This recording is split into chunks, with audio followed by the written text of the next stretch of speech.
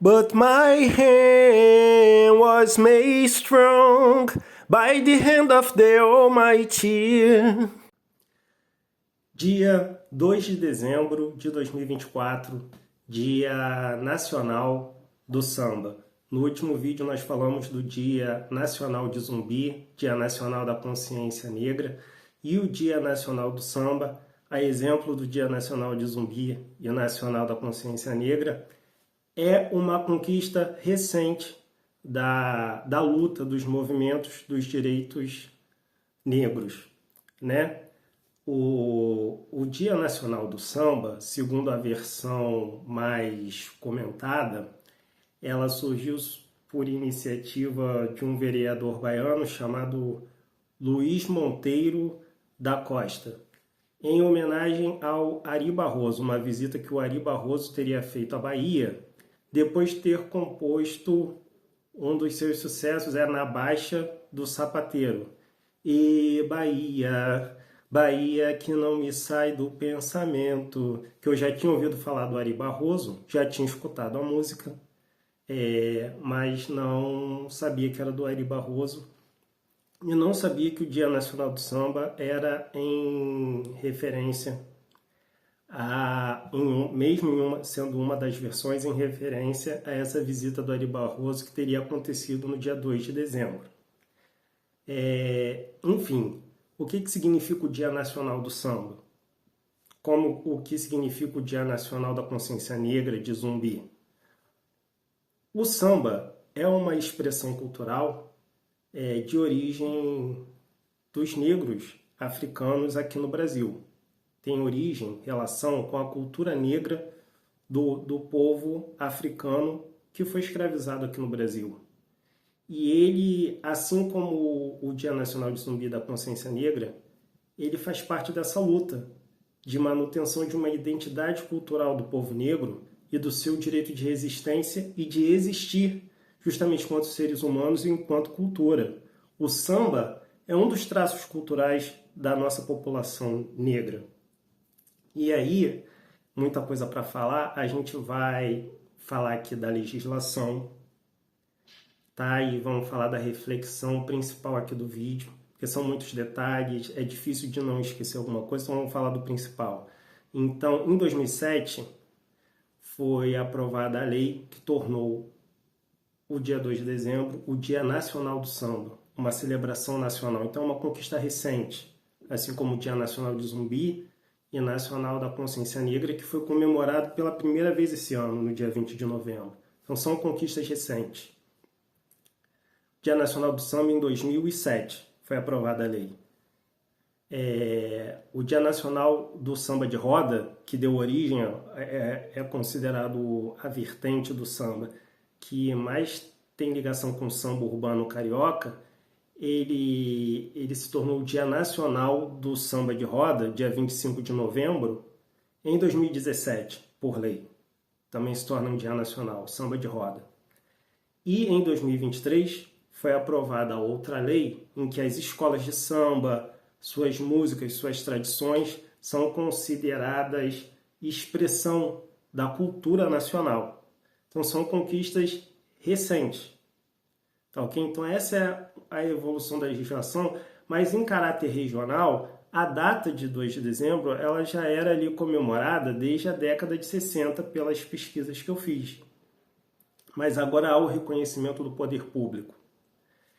E ao longo do tempo, desde ali das primeiras décadas do século XX em diante, passa a haver o incentivo do poder público em relação ao samba, ao carnaval, e a gente vai falar o motivo disso, tá ok? Mas além de falar da evolução da lei, eu quero falar para vocês da principal reflexão, que o samba e outros traços da cultura afro-brasileira passa a ser aceito com o incentivo do poder público de alcançar as massas.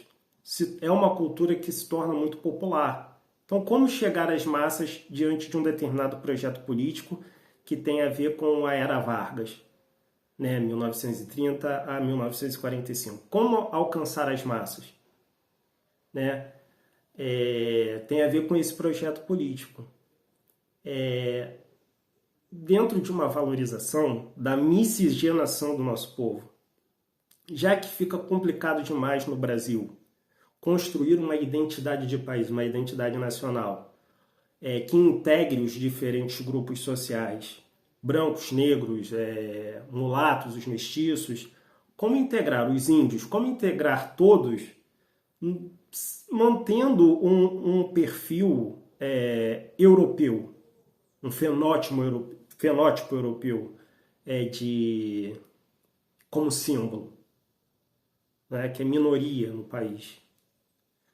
Então passa a ser valorizado um projeto de integração nacional. É uma questão que foi citada pelo José Bonifácio no discurso que eu citei aqui a favor da abolição da escravatura. Ele fala, é preciso pensar na abolição gradual da escravidão e na dificuldade que será então de integrar ele usa essa figura dos metais, tantos metais heterogêneos, se referindo aos grupos sociais brancos, negros, os mulatos, os mestiços, os índios. Então há uma busca por essa integração dos diferentes grupos sociais, passando a valorizar a miscigenação, esse caráter heterogêneo, essa mistura, essa miscigenação. Passa a ser visto como um caráter positivo da construção da nossa identidade nacional.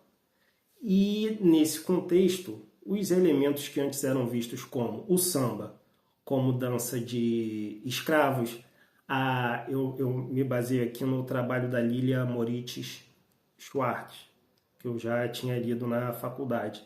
Ela cita também que, além do samba, a feijoada, que era considerada comida de escravos, passa a ser um prato típico nacional. Como acontece com o samba, passa a ser considerado uma expressão da cultura nacional digna de exportação. O futebol de origem inglesa, ela cita, passa a ser mais associado com os negros. E aí eu tenho aqui o canal Tipão Rubro-Negro, mas, né, clubismo à parte, eu citar aqui, ela cita o Vasco, o primeiro clube a aceitar negros em seus times de futebol, isso não ocorria, e o futebol passa a ser cada vez mais associado aos negros. A capoeira, que ela cita, fazia parte do Código Criminal em 1890, passa a ser aceita como modalidade esportiva nacional na década de 30, dentro desse projeto político de alcançar as massas. Havia a ideia de dois Brasis, um atrasado, rural, e outro que estava se industrializando. A industrialização do Brasil ela ganha impulso durante a Era Vargas, com a Companhia Siderúrgica Nacional, a indústria de base, além do fato da ocorrência da abolição da escravidão. Então, tanto a abolição da escravidão gerou um êxodo rural dos ex-escravizados, dos recém-libertos, para a capital do país, que era o Rio de Janeiro, como também o processo de industrialização, principalmente nos grandes centros urbanos, Rio de Janeiro e São Paulo, também gera essa concentração urbana. E esse contraste entre o Brasil rural e o que está se industrializando, que seria o avanço, o progresso, ela é citada na historiografia como sendo ilusória. Na verdade, os projetos de poder, os projetos políticos, conjugam os interesses do campo com o da industrialização. Eles não são conflituosos, eles se conjugam na construção desse projeto de um Brasil moderno. Porém, embora seja criticado esse contraste, segue o projeto a necessidade do Getúlio Vargas enquanto líder populista, né? Vocês vão estudar, a gente pode falar aqui depois com mais detalhe do populismo, como líder populista, líder carismático, de alcançar essas massas que estão se concentrando nas grandes cidades, nos grandes centros, e atraí-las para esse projeto político de construção de um Brasil moderno. E isso passa por essas estratégias de alcance das massas, né? O líder populista tinha essa função de alcançar as massas. Então, nesse sentido, pode-se falar da assinatura do anúncio da CLT no estádio do Vasco de São Januário. À época, o futebol carioca era o principal do país. O futebol era um fenômeno de massas que estava indo para esse caminho da massificação. Muitos times, a exemplo do Bangu, por exemplo, Bangu Shopping, o Bangu Shopping era uma fábrica e alguns clubes originaram seus times dos operários. Tem clubes de futebol com o nome Operário, estão entendendo? Então, futebol e o trabalho e as massas e o líder carismático se apropriando desses valores que estão construindo a identidade nacional, futebol, samba, para atrair as massas para esse projeto. A escravidão foi abolida, tinha sido abolida há muito pouco tempo, e o trabalho não era valorizado. Passa a ocorrer a valorização do trabalho, né? Aquela coisa de tirar a carteira aqui, sou trabalhador, me respeita. Antes, o próprio trabalho era visto como coisa de escravo, coisa de negro, e desvalorizado por isso. Né? Não à toa eu falo aqui, falando da Revolução do Haiti, o tratamento que os escravos recebiam. O próprio trabalho, além do samba, além passa aí o samba, o futebol é de origem inglesa, eu não vou citar aqui, mas embora passe a ser mais associado para integrar a massa da população também ao futebol, enquanto esporte de massas. Mas a capoeira e todos os traços culturais relacionados à população negra eram desvalorizados, e quando passa a existir o interesse de integrar essas camadas da população nesse projeto de identidade, o samba, a capoeira, a feijoada, a culinária e o próprio trabalho passam a ser valorizados. Então, a CLT, isso tudo, eles unem os fatores propícios, né, positivos para esse projeto de construção de identidade nacional. E acontece, então, o anúncio da CLT, por exemplo, no estádio de futebol superlotado. Eu quero falar aqui da principal reflexão do nosso vídeo sobre o Dia Nacional do Samba enquanto resistência, enquanto traço cultural que manifesta o nosso direito enquanto população negra de resistir e de existir enquanto seres humanos, enquanto cultura. Né? Nesse trabalho da Lilia Morites Schwartz, ela cita nesse projeto, né, a mestiçagem tem sido o principal ponto positivo da integração nacional, da construção da nossa identidade nacional. A mestiçagem como nosso ponto positivo. Como se isso fosse algo singular do Brasil. Talvez não enquanto fenótipo. Você vai na Suíça, vai na Finlândia, né? Pelo menos a imagem que se tem que ter cuidado com isso, a imagem que se tem, todo mundo branco, muito branco, loiro, né? O fenótipo europeu, que a gente tem assim esse fenótipo como padrão europeu, né? Mas aí vou falar logo a principal reflexão, que é para não me perder nos detalhes. Não há cultura, não há povo que não seja miscigenado, que não tenha tanto biologicamente, embora isso possa não se manifestar nos fenótipos, mas que não tenha biologicamente e principalmente culturalmente trocas culturais.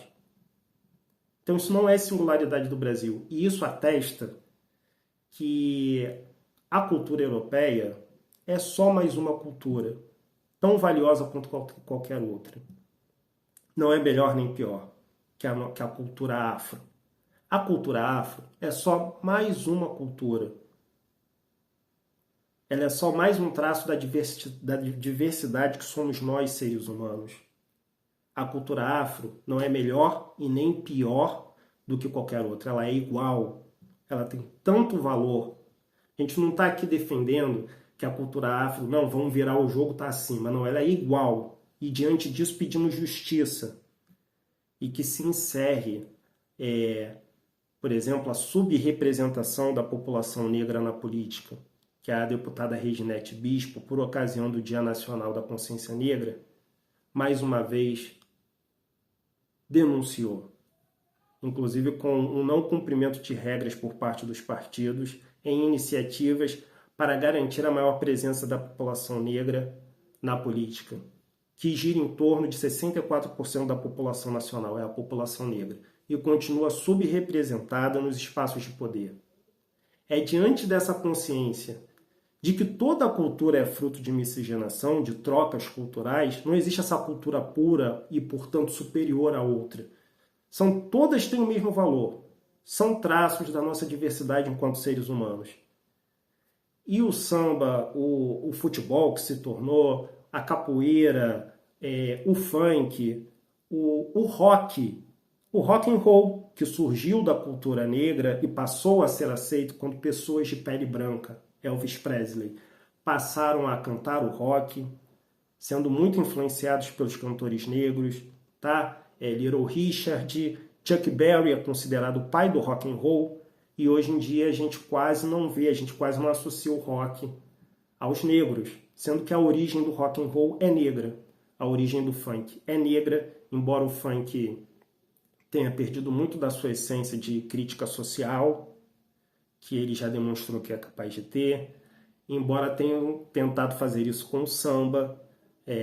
A Lilia Moritz Schwartz fala que integrar o samba e esses traços culturais passa por uma tentativa de desafricanização, de embranquecimento desses traços culturais, como ocorreu de forma bem sucedida com o rock and roll, que é de origem negra nos Estados Unidos, e hoje a gente praticamente não associa porque a gente não vê bandas e cantores, assim, pelo menos não aos montes, fazendo sucesso com o rock and roll, ganhando mídia com o rock and roll. Enquanto que lá no início, não só Little Richard, Chuck Berry, mas são citadas também as mulheres. Eu vou recuperar o nome da estudiosa que eu consultei, me fugiu agora o nome, mas eu lembrando, eu cito aqui, tá? Que eu tenho a consideração assim, de citar quem eu pesquisei, exemplo da Lilia Moritz Schwartz, li artigo do Daniel Neves Silva, e citando também o Marcos Alvito, que eu confirmei, só consegui confirmar o Daniel Neves só conseguiu confirmar a formação dele pelo escavador, mas o Marcos Alvito na plataforma Lattes, a Lilia Moritz eu já conhecia da faculdade, e me fugiu o nome de quem eu pesquisei sobre o rock and roll, mas eu vou, quando oportuno, eu acabo falando aqui, que provavelmente eu volto a falar do rock and roll. E a importância de ser uma mulher, que eu pesquisei sobre o rock and roll, porque eu não iria lembrar, eu não sabia, na verdade. Fã, gosto muito de Aretha Franklin, mas não sabia que tinha sido muito importante na origem do rock, influenciou a origem do rock. Aretha Franklin, Sister Rosetta Parker, que eu não conheço, não conheço, tá? E Memphis Minnie, que eu também não conheço, mulheres afro-americanas, mulheres negras, que são responsáveis pela origem do rock and roll, junto com Chuck Berry, Little Richard. Chuck Berry é considerado o pai do rock and roll. Aí um pouco depois tem o Jimi Hendrix, o James Brown também é citado, mas é mais considerado pai do soul. E cada vez mais, fala-se de década de 60, fala-se do Elvis como responsável pela aceitação do rock por ter pele branca. E aí Beatles, Rolling Stones, Queen, Iron Maiden, Pearl Jam, que eu adoro todos eles, mas quase não se cita cantores e bandas negros. Mas a origem é negra. E isso tentou se fazer com o samba. E isso está na letra do samba enquanto traço de luta, de resistência. Eu cito aqui letras, a Alcione tem Se Zumbi, Guerreiro Guardião, da Senzala Brasil, pedisse a coroação e por direito o cetro do quilombo que deixou por aqui. Nossa bandeira era ordem, progresso e perdão. Então o intuito do movimento negro e do samba não é inverter o jogo e dizer que a cultura negra é superior. Ela é igual, ela tem tanto valor, ela tem muito valor como toda a cultura. entendem? Então, o que se pede é justiça e igualdade e representação, entende?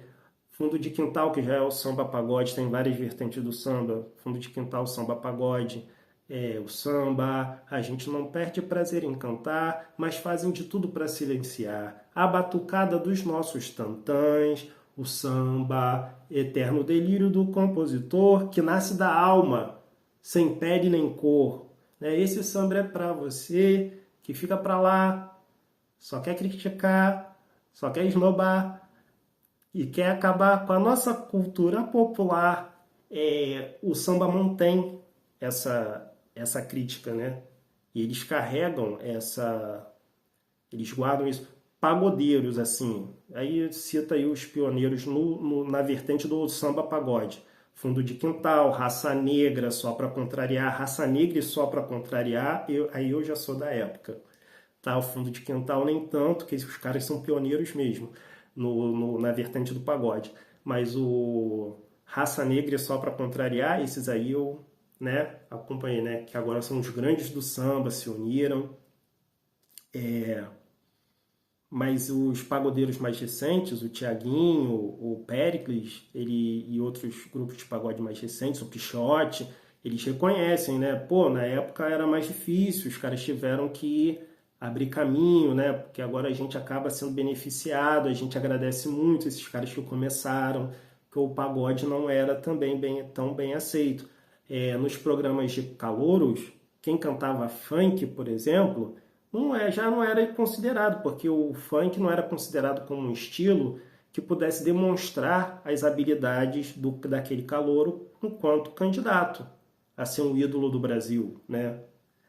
Então, esses traços culturais, eles vão sendo desafricanizados, embranquecidos. Eu quero citar aqui reportagem do Roberto Cabrini, e aí eu falo tanto do futebol quanto do samba, do funk. O, o Roberto Cabrini, ele no Conexão Repórter, estava disponível no YouTube. Eu não sei se essa reportagem ainda está disponível. Nas baladas, principalmente as de luxo ali, né? As baladas assim, não só pelo preço. Porque colocar um preço alto já é uma forma de, sem declarar, olha, aqui não vem gente negra, é uma forma de criar obstáculo. Porque a maioria da nossa população negra não tem aí, acho que não tem aí R$ 40 para ficar gastando numa entrada de boate, que dirá algumas aí que custam bem mais. E também não tem R$ 200 para pagar como uma entrada mais barata de um jogo de futebol. Então isso já vem sendo falado no noticiário esportivo, que o aumento dos preços dos ingressos afastou o pessoal que era geraldino, que construiu, né, a mística da geral do Maracanã e dos setores populares, né, das torcidas de futebol, e que faziam aquela festa bacana. Esse aumento do preço dos ingressos ele já exclui, sem necessariamente escrever, né, declarar, olha, não queremos, aqui não entra gente negra.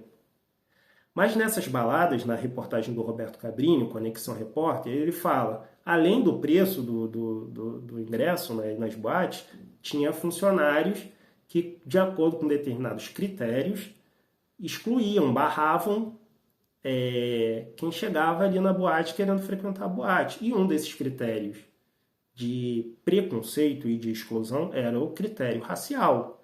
Então, negros não eram permitidos entrar nesses locais. O funk, o samba, eles vão. O rock and roll, ele vai. A população negra não. Isso é apropriação cultural. Determinado ritmo, determinado traço cultural passa a ser considerado bacana, porque os brancos passam a exercê-lo ou aceitá-lo. O traço cultural, no caso o ritmo musical, ele é aceito. Mas e a população negra, que não está representada da forma adequada na política? Na cultura, foi um dos setores que mais teve avanço. Tivemos avanço nas universidades, mas ainda não é o ideal. Estamos falando de 64% da população são os negros.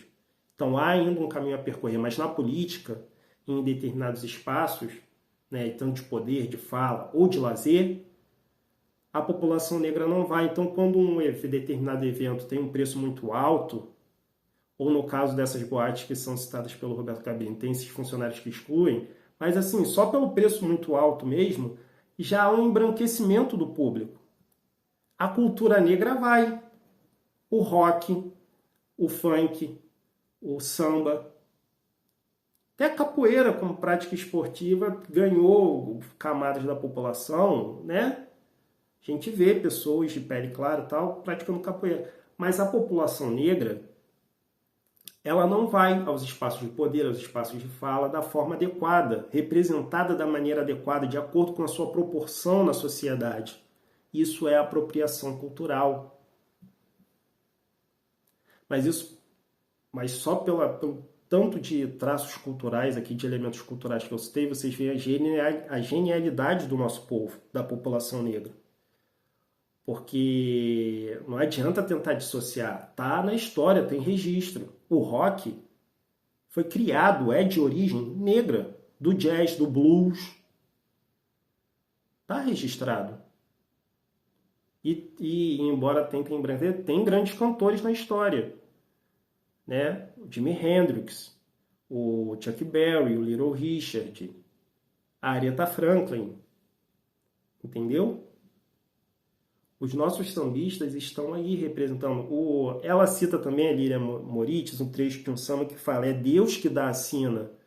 E é uma tradição, né, que o Revelação canta, né? É Deus quem, não é? É Deus quem escolhe a estrela que tem que brilhar. Ergue essa cabeça de pé e vai na fé. Manda essa tristeza embora. E de denunciar a violência policial. O primeiro samba do Donga. Ai, meu Deus, me fugiu o nome aqui. Pelo telefone. Ele faz um jogo entre chefe da folia e chefe da polícia. Tem um programa Cidade Partida, a riqueza que é isso, né? O samba. Tem um programa Cidade Partida que participou o José Júnior, líder do Afro Reggae, a Marielle Franco e a Elisa Lucinda, que é poetisa, cantora, escritora e atriz. Só isso que ela é, isso tudo.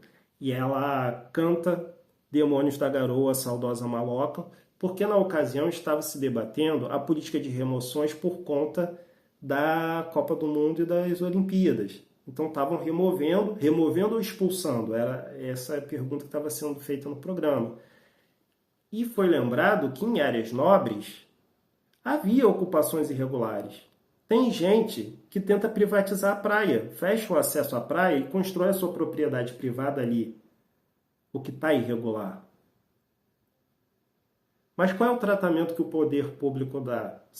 Vai lá e sai derrubando? Chega de qualquer jeito?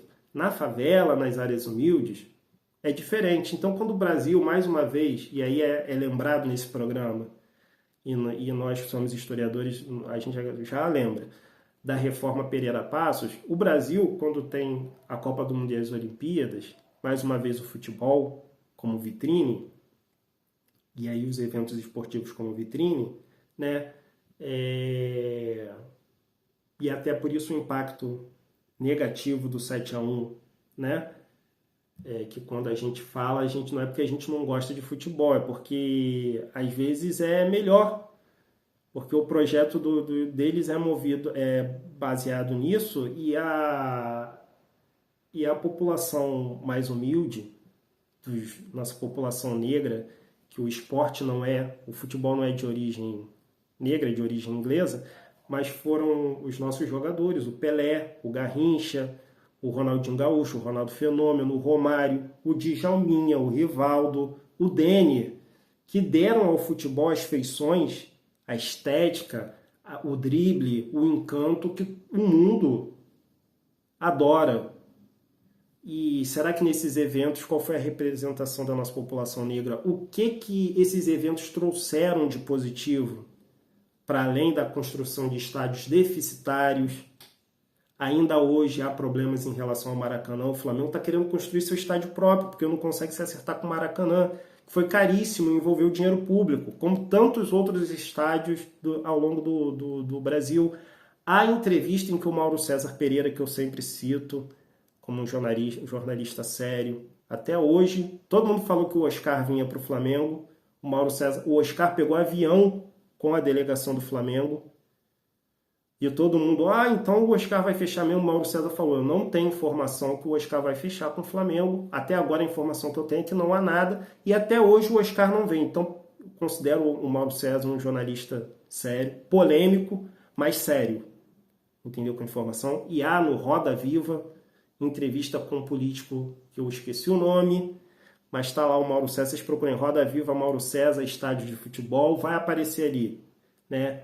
Ele denunciando a farra do dinheiro público na construção do estádio.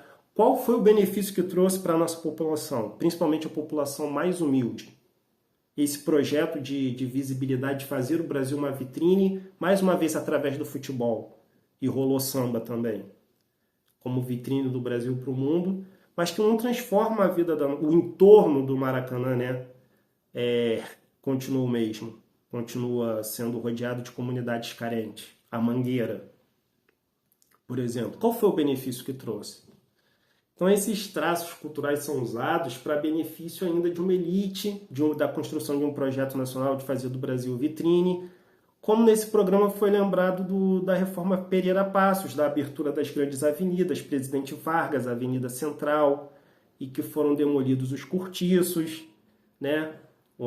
Que era um sinônimo de atraso, das suas ruas curtas do centro da cidade, que ainda sobraram algumas. A Rua do Ouvidor ainda é a Rua dos Andradas, ainda tem aquela rua de paralelepípedo de dimensões mais curtas, em contraste com a Presidente Vargas e a Avenida Central, né, avenidas mais amplas, né? Um Rio de Janeiro de cortiços que foram colocados abaixo como símbolos do atraso. E nesse sentido, para enxotar a população mais humilde, muitos deles negros, aí cada vez mais em direção aos morros, surgindo aí as favelas, a primeira delas a da Providência. Então foi lembrada essa associação entre Copa do Mundo, Olimpíadas e essa vitrine para o mundo, né? Mas que quer esconder o entorno que se mantém rodeado de comunidades carentes, que sofrem com a falta de assistência do poder público, e a reforma Pereira Passos no início do século, ali quando o samba também no início do século está sendo, ali ainda é perseguido, mas está havendo esse esforço no sentido de usar o samba como alcance para as massas. A reforma Pereira Passos, que era uma tentativa de mostrar o Brasil moderno, com bulevares, com grandes avenidas, mas que está tentando empurrar ali as suas mazelas para um lugar que não chame atenção, entendeu? Para os morros, para longe do cartão postal da cidade. Foi feito nesse programa que participou a Marielle Franco, José Júnior, líder do Afroreg, e a Elisa Lucinda. Essa política de bota abaixo da reforma Pereira Passos, de demolir os cortiços, que era um símbolo de atraso, e essa política de bota abaixo, de demolição logo, esse esculacho, ele não ocorre, esse esculacho que ocorre é retratado na música dos Demônios da Garoa, Saudosa Maloca. Esse esculacho não ocorre quando o bacana quer privatizar a área litorânea. Então essa diferença de tratamento, de critério, entendeu? Essa discriminação evidente que não ocorre nas ocupações irregulares das áreas nobres pelos bacanas, é que estava sendo denunciada nesse programa. E o samba, que nós estamos falando aqui do Dia Nacional do Samba, está aí, através da música Saudosa Maloca, denunciando. Está a discriminação, denunciando o preconceito e defendendo o direito da nossa população negra de existir, de resistir e de existir enquanto seres humanos, enquanto cultura. E aí, nessas matérias que eu estudei, fala-se, voltar aqui ao tema da abolição da escravidão e desse processo de industrialização, mas para essa figura que eu vou falar, a Tia Seata, que eu citei no Dia Nacional da Consciência Negra, que era considerada a casa da Tia Seata, na Praça 11, um quilombo urbano, né, no Rio de Janeiro. Foram 3 bairros, Saúde, Gamboa e Estácio. que receberam principalmente as populações nesse êxodo pós-abolição da escravatura. Então, os recém-libertos migraram para o Rio de Janeiro, vieram para o Rio de Janeiro e eram recebidos, muitas vezes, nas casas dessas tias baianas, a mais famosa tia Seata, que promovia encontro de sambistas e de pessoas da religião religiões de matriz africana, ela mesma religiosa de matriz africana, mãe de santo, ela recebia os sambistas e recebia recém-chegados ao Rio de Janeiro para praticar a religião e promover o samba. E há relatos de que o primeiro samba gravado foi gravado. O primeiro samba costuma ser dito por telefone do Donga, né, que eu falei aqui. Mas dizem que já havia gravações, ou há relatos que foi gravado na Biblioteca Nacional, esse por telefone, mas que anteriormente já havia sambas gravados e que o primeiro foi na casa da tia Seata, que recebia os recém-chegados para a prática religiosa de cultura de matriz africana e os encontros de samba no fundo de quintal, porque na casa, na frente da casa era feito o choro, que era tolerado pela polícia, mas o samba ainda era proibido. Passa a ser permitido e passa a ser expressão da cultura nacional no período Vargas, para fazer parte desse projeto de identidade nacional, já que o samba se tornou tão popular. Mas era proibido na época, fim do século XIX, início do século XX. Então ocorria no fundo de quintal, na casa dessas tias baianas, a mais famosa, a tia Seata, que eu já tinha citado aqui no Dia da Consciência Negra. A influência do rádio nesse processo de urbanização causado pela industrialização, e nesse processo de chegar às massas e atraí-las para esse projeto de identidade nacional desse Brasil moderno.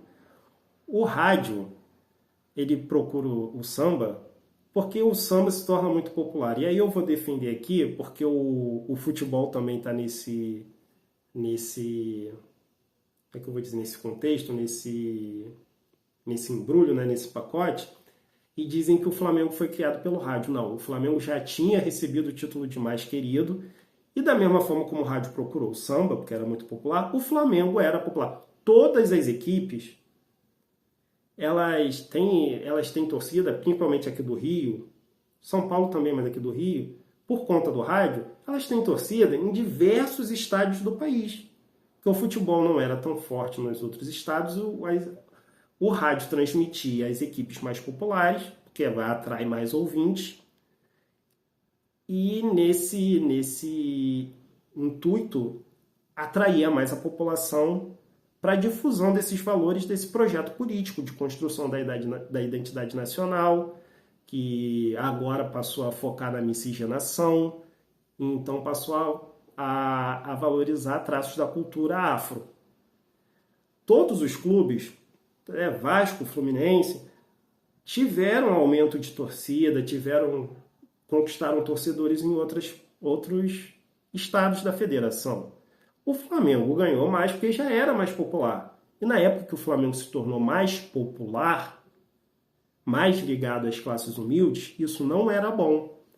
Passou a ter essa reclamação do Flamengo ter ganho mais mídia, porque com o passar do tempo, ter mais torcida, ser mais popular, ser mais ligado a maior número de pessoas, incluindo as classes mais populares, passou a ser vantajoso economicamente.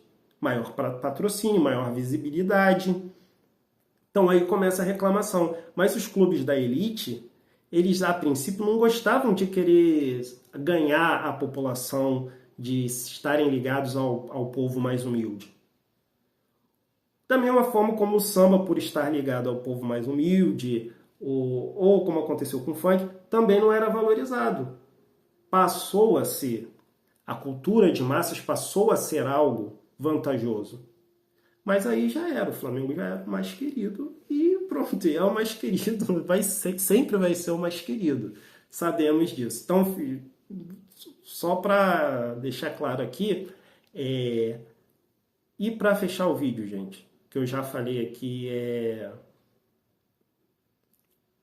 o principal, né? Já elenquei a legislação, já defendi o samba e a cultura afro-brasileira como tendo o mesmo valor que qualquer outra cultura, tem muito valor e tem todo o direito de buscar a resistência, a luta por igualdade, por justiça. Gente, não tem cultura que seja pura. Então, vou falar aqui para vocês, por exemplo, a Lilia Moritz fala desse projeto citar a miscigenação, a nossa miscigenação, essa mistura, como um traço positivo da nossa identidade, como se fosse algo que acontece.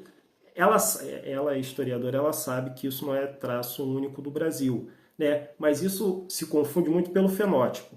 O europeu tem aquele fenótipo, pele clara, o cabelo loiro, pele clara, entendeu? Pelo fenótipo, realmente, fica mais difícil de falar dessa miscigenação, embora ela ocorra biologicamente. Somos uma única só raça, entendem? Não existe essa raça pura. Isso já foi colocado abaixo.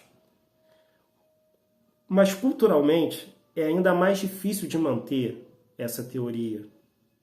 E quando a gente fala de Grécia, o que se entende como Grécia antiga é resultado das trocas culturais, que povos como os aqueus primeiro tiveram com habitantes das penínsulas balcânicas. Os aqueus, se vocês assistiram o filme de Troia, era o Menelau, rei de Esparta, e o Agamenon, rei de Micenas. Eles eram os aqueus, eram irmãos, eram aliados. Depois os dórios, que são os fundadores de Esparta, destroem a civilização micênica, que era dos aqueus. E são os dórios, inclusive, que têm essa proeminência militar que aparece no filme dos 300 de Esparta. Então já é um outro povo, uma outra cultura. E aí tinham também os jônicos, né? E depois tem um período também, né? Então tudo isso já é troca cultural, tá? Existia impérios como a civilização micênica que conseguiram impor uma dominação militar, né, em relação àquilo que se considerava a Grécia, mas a Grécia nunca se tornou um estado unificado. A Grécia, pelo contrário, caminhou no sentido de se tornar uma congregação de estados livres, independentes, que eu vou falar sobre isso com mais detalhe em outros vídeos. E o helenismo, a cultura grega, é que, na verdade, era responsável por uma unidade cultural, por um traço de identidade para se dizer, olha, aquilo ali é a Grécia. Porque não eram estados, não era um estado único, eram cidades livres e independentes. Isso é que se considera a Grécia e que se considera o berço cultural que a Europa busca para si. São herdeiros de Grécia, de Roma. Mas havia uma troca cultural, primeiro os aqueus, depois os dórios, que aí sim tem essa proeminência militar de Esparta. E depois tem o Império Macedônico, o Império de Alexandre o Grande, que também conseguiu conquistar uma vasta área, praticamente todo mundo conhecido até então, e que não só havia trocas culturais, mas como ele valorizava, se vocês assistirem o filme Alexandre o Grande, ele defende em vários discursos durante o filme a valorização da cultura dos povos que eles iam dominando. Olha, vocês têm que ter respeito por culturas que são inclusive mais antigas do que a nossa. O Alexandre o Grande, durante o filme, diz isso. Ali no filme isso é falado. E isso era próprio do helenismo, a valorização e essa troca cultural com os territórios que iam sendo conquistados. Você vê que são várias fases em que ocorrem diversas trocas culturais que deixam claro que só na Grécia não existe essa cultura pura para alguém achar que ela, então, por ser pura, é superior à cultura afro. E aí a cultura grega primeiro se expande a regiões, por exemplo, da Itália, depois ocorre, né, a expansão, a formação e a expansão, primeiro como república, depois como império, do Império Romano. Primeiro um império politeísta e que perseguia cristãos. A crucificação era uma punição, era uma condenação do Império Romano.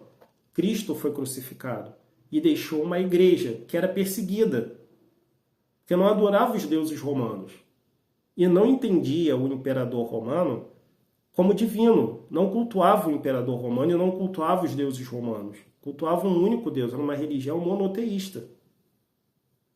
Entendem?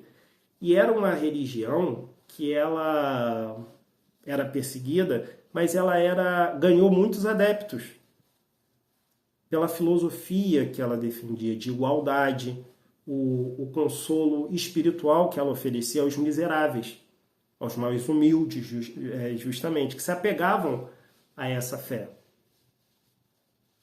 Entendem?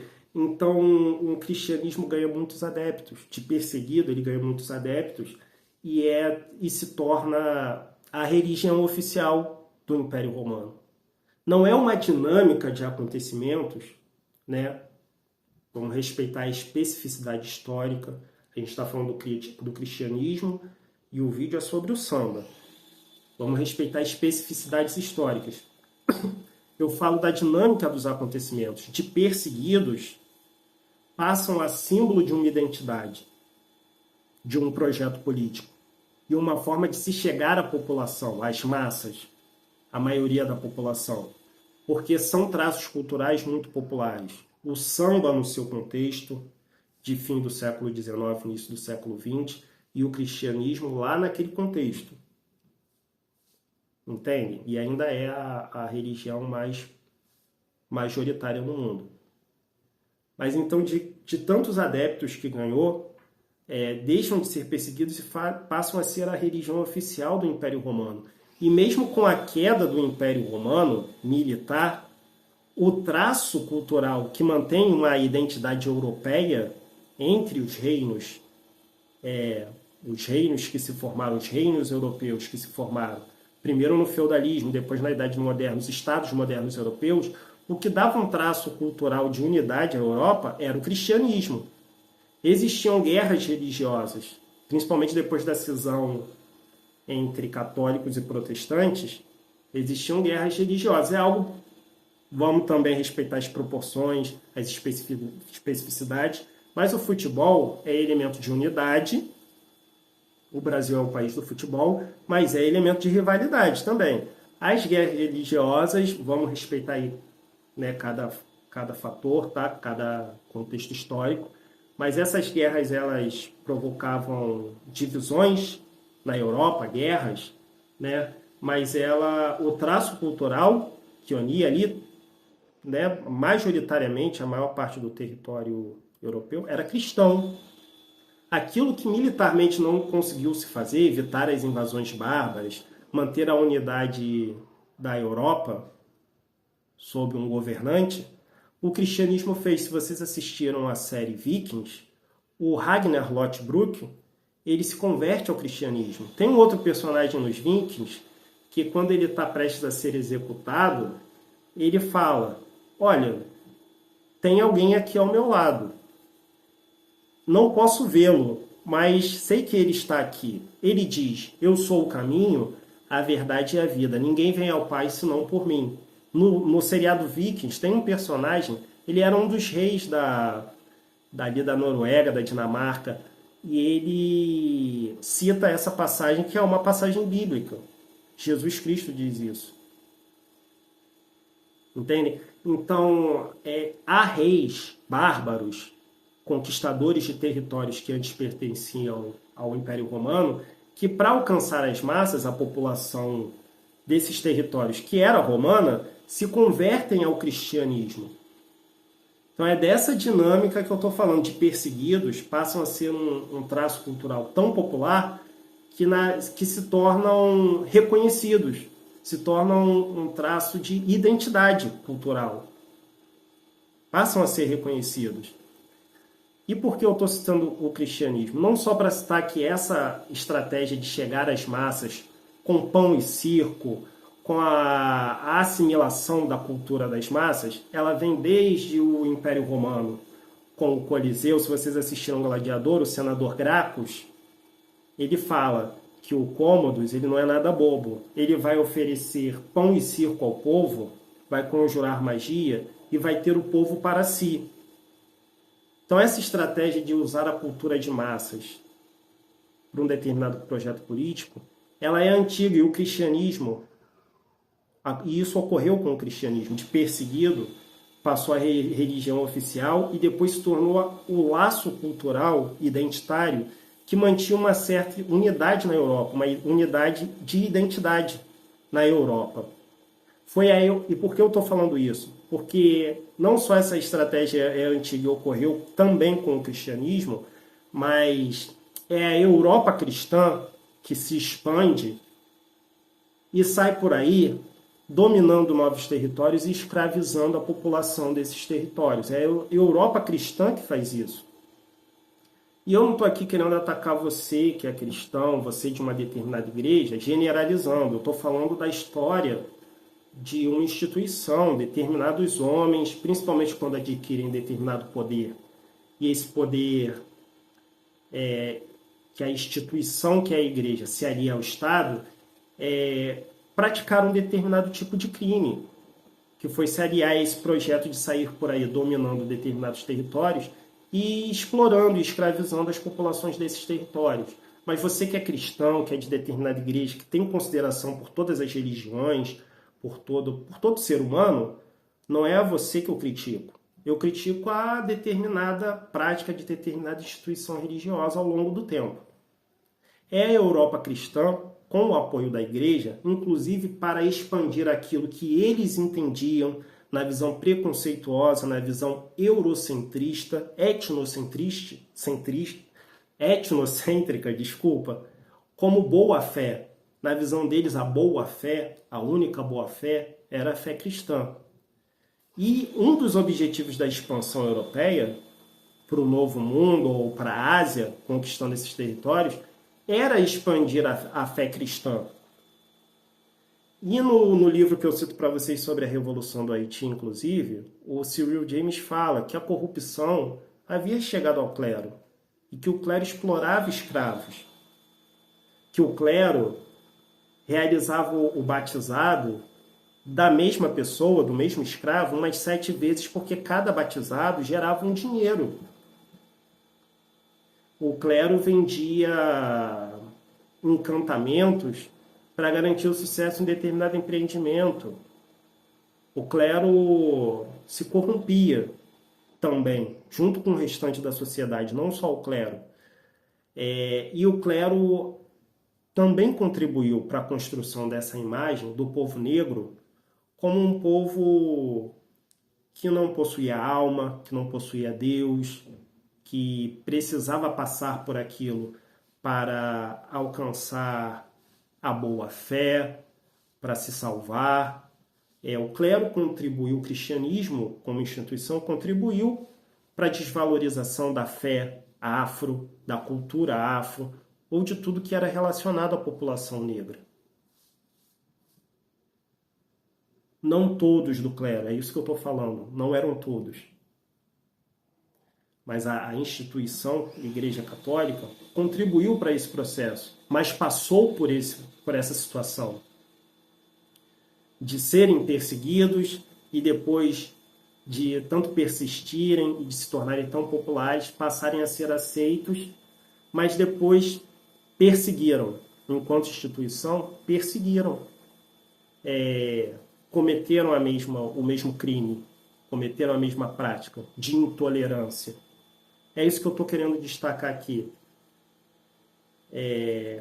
Que essa estratégia de usar a cultura de massas para um determinado projeto político, mas, nesse caso, embranquecendo, tirando a essência dessa cultura, e não necessariamente, aliás, o mais comum, não trazendo essa população junto com a assimilação dessa cultura, que há uma apropriação cultural, mas não há o ganho de direitos por parte da população, de que essa cultura tem origem.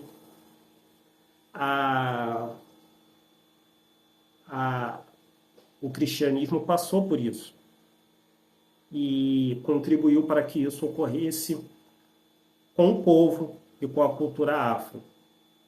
E mais uma vez, citando também o samba da Ordem, Progresso e Perdão, não é buscar vingança ou inverter o jogo.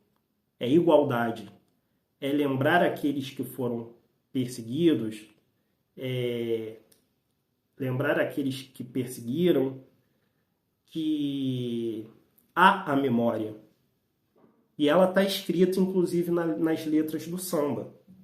E nós aqui resgatamos essa memória, não por vingança, mas por justiça, para declarar a igualdade e, mais uma vez, o direito do povo, da população negra, de resistir e de existir enquanto seres humanos e enquanto cultura, enquanto identidade, que não adianta tentar embranquecer, porque nós temos memória e há registro, tá ok? Então, feliz Dia Nacional do Samba, parabéns a todos os sambistas. É difícil escutar Saudosa Maloca sem se emocionar. Feliz dia de comemoração a todos os sambistas. Eu adoro samba e obrigado pela atenção de vocês. 'Cause all I ever have redemption songs.